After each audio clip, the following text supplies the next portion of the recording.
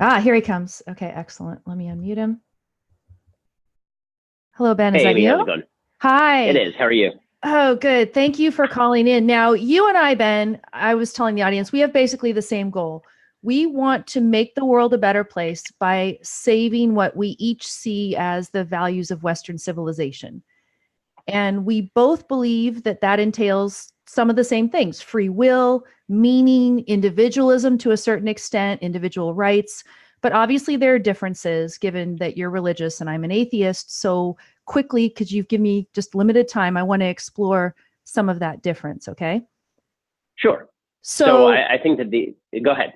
well, okay. Yeah. So, let me set up the question and then I'll just let you go because we might get only to this one question. Okay. Um, Sounds good. On page 181 of your book, you have this great metaphor, and you say Western civilization is a bridge suspended over the waters of chaos. Removing that tension collapses that bridge into the roiling river below, end quote. And this is very powerful, but I'm going to challenge it, okay? So Sure. let's say you're right. Let's say that as a matter of fact, this is how Western civilization developed. Religion was a necessary part of the progression, at least as a foil. And suppose it could not have even been otherwise, because religion is a natural way for human beings to start understanding the world around them. Even if those two are true, that doesn't mean that this is the understanding that we must or should retain going forward. We can, at least I think, reject faith and embrace reason properly understood and lead good lives. And the Aristotelian tradition, which is best developed, no surprise, in my opinion, by Ayn Rand, shows a way of doing this. And yet, the only mention you've got of Rand in your book is to say that she was a paramour of Nathaniel Branden, which it's kind of ad hominem, and a lot of objectivists don't even agree with Rand's decision to have that affair anyway. So, really, I think you haven't addressed what I see as the best challenge to your contention that Jerusalem is a necessary adjunct to Athens going forward, at least. Sure. Okay. So obviously, if I wanted to write a book about, what I thought of Ayn Rand, there'd be a lot there that I really like. I mean, I think that Ayn Rand's take on human creativity and capitalism is spot on. I've praised objectivism in its defense of free markets for years. The kind of aside about Rand is less about trying to rip Rand than it is about trying to place Nathaniel Branden in sort of the context of his time. So that was not meant to be a slap at Ayn Rand per se. Okay. I think I give Branden a pretty lengthy treatment on his own merit. So it really has nothing to do with Rand.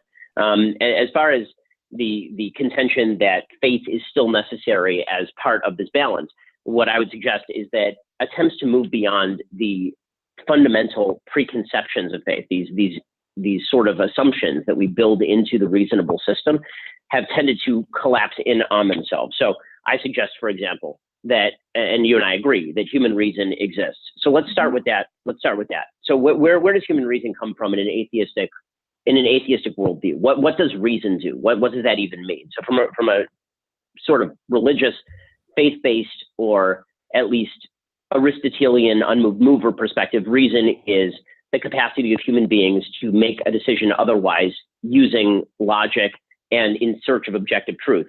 That's using a lot of terminology that doesn't exist in scientific materialism.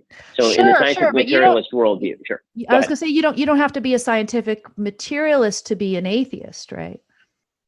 Well, maybe. I mean, so here's my question to you. Is that true? How can do you support the idea of free will and reason based on what exactly? Like, well, what is the animating force behind free will and reason?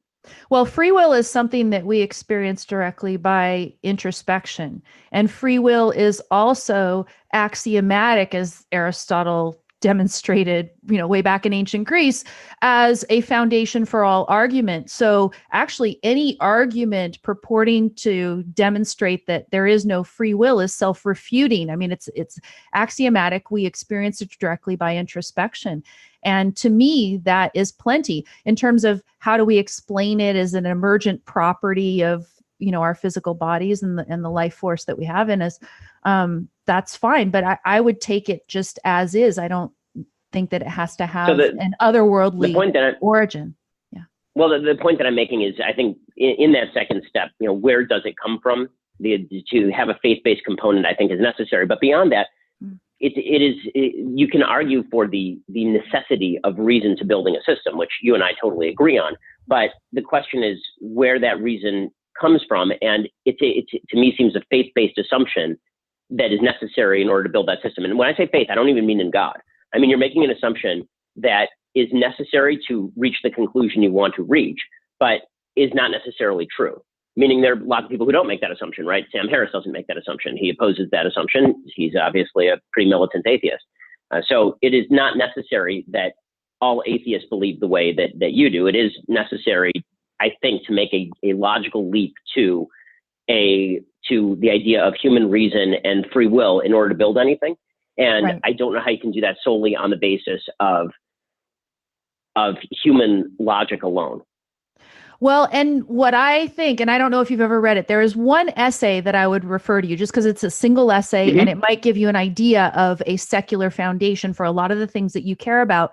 It's called The Objectivist Ethics. It's available online. They distribute it free from the Ayn Rand Institute and everything. And it's a talk that Rand gave at a philosophy department in Wisconsin in the 60s or something. It's a rigorous presentation of a secular foundation for all of these things that you're concerned about. Objectivism has a really rich understanding of the virtue of honesty, for example, honesty as self-interested, not as this out of context duty that you describe in your book when you talk about Kant's understanding of honesty, for example.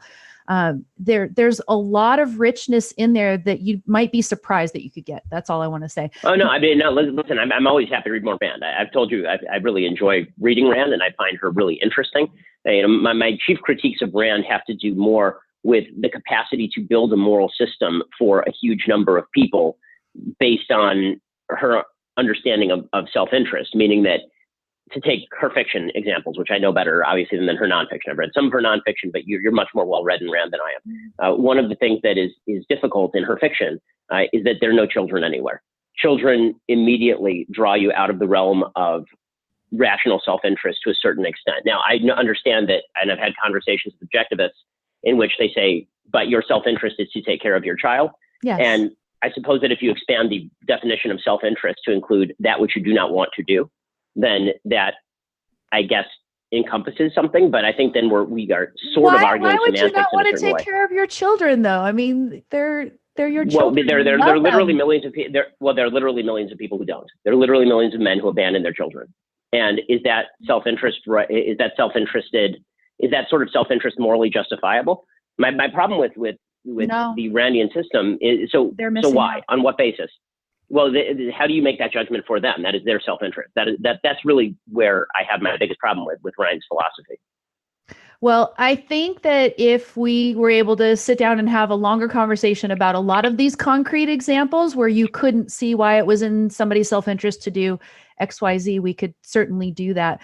But like I said, there's a lot of things that surprise people, like the gloss of honesty as completely self-interested versus a duty to somebody else and things like that. That's can be very rich based on a foundation of reason. But anyway, so I see you and I are allies because we agree on free will. We agree on the fact that there needs to be meaning. It's just, I bring it from a secular perspective and you bring it from the religious. Yeah, 100%. And as I've said, like I say in the book that, when I say that there are people who are allies in this fight, they don't all have to be religious, but we all have to make the same core assumptions about the things that you're talking about. I think those assumptions are more fundamentally grounded in religious faith.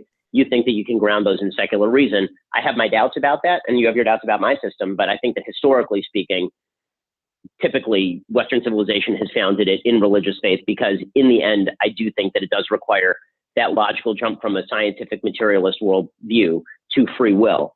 Again, I have a hard time getting to, and I'll read the essay. Please send me the essay that you're referring to because I'd love to read it. I haven't seen a really convincing case to jump from the scientific materialism that I think is endemic to a true atheism to a reason-based free will-based system. Okay. Well, I'm going to give you the last word now because we're at the end of the time that you promised me, but I hope at some point we can continue to the discussion. So yeah, no, I love it. I mean, the reason I've joined you is because I'm always interested in your ideas. I think you're an interesting thinker, so I appreciate it. Thank you so much, sir. Thanks. Be well. You too.